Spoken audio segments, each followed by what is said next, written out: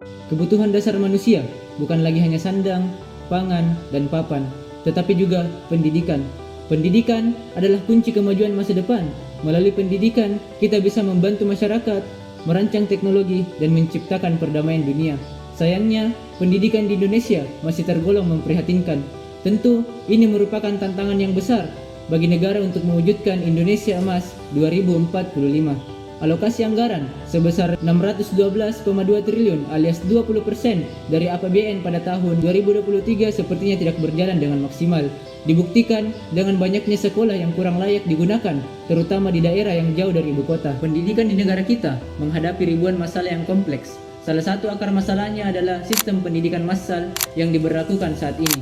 Sistem ini menetapkan standar yang sama untuk setiap murid, mengejar nilai tinggi, menyeragamkan kemampuan, dan mematikan nalar berpikir kritis. Penyamarataan standar penilaian membuat anak-anak di Indonesia tidak didukung untuk berkembang sesuai minat dan bakat masing-masing. Di sisi lain, masalah pendidikan terletak pada kualitasnya, bukan kuantitasnya. Meski jumlah sekolah dan pelajar terus meningkat, kualitas pendidikan di negara kita tidak mengalami perbaikan. Masalah ini telah bertahan lama tanpa adanya tindakan yang serius, membuat Indonesia berada di urutan ke-71 dari 81 negara dalam kualitas pendidikan menurut PISA pada tahun 2022. Oleh karena itu, problematika dalam sistem pendidikan di Indonesia harus segera diatasi. Hadirnya DPR akan sangat membantu dalam menyelesaikan permasalahan yang terjadi saat ini.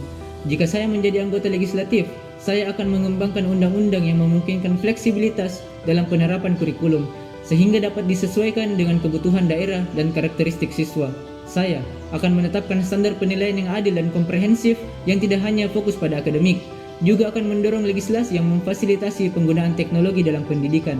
Saya bersama DPR akan berkoordinasi langsung dengan Kemendikbudristek guna merancang alokasi anggaran untuk meningkatkan infrastruktur, pelatihan guru, dan pengadaan bahan ajar berkualitas. Selain itu, juga perlu memberikan subsidi khusus untuk pendidikan di daerah terpencil dan tertinggal. Menganggarkan dana untuk penelitian dalam bidang pendidikan juga penting untuk menemukan solusi inovatif sesuai dengan kebutuhan lokal. Saya bersama DPR akan membentuk lembaga independen yang bertugas melakukan audit dan evaluasi berkala serta mekanisme pengaduan yang efektif dari masyarakat mengenai masalah pendidikan yang konkret terhadap implementasi kebijakan pendidikan. Upaya ini ditempuh untuk memastikan kebijakan berjalan efektif dan sesuai tujuan. Kolaborasi antara pemerintah, DPR RI, dan masyarakat sangat penting untuk meningkatkan kualitas pendidikan di Indonesia. Dengan upaya bersama, kita dapat menciptakan sistem pendidikan yang lebih baik dan mendukung tercapainya visi Indonesia Emas 2045. Saya, Hairul Al-Ghifar, Nun wal Palami wa ma yasturun. Terima kasih.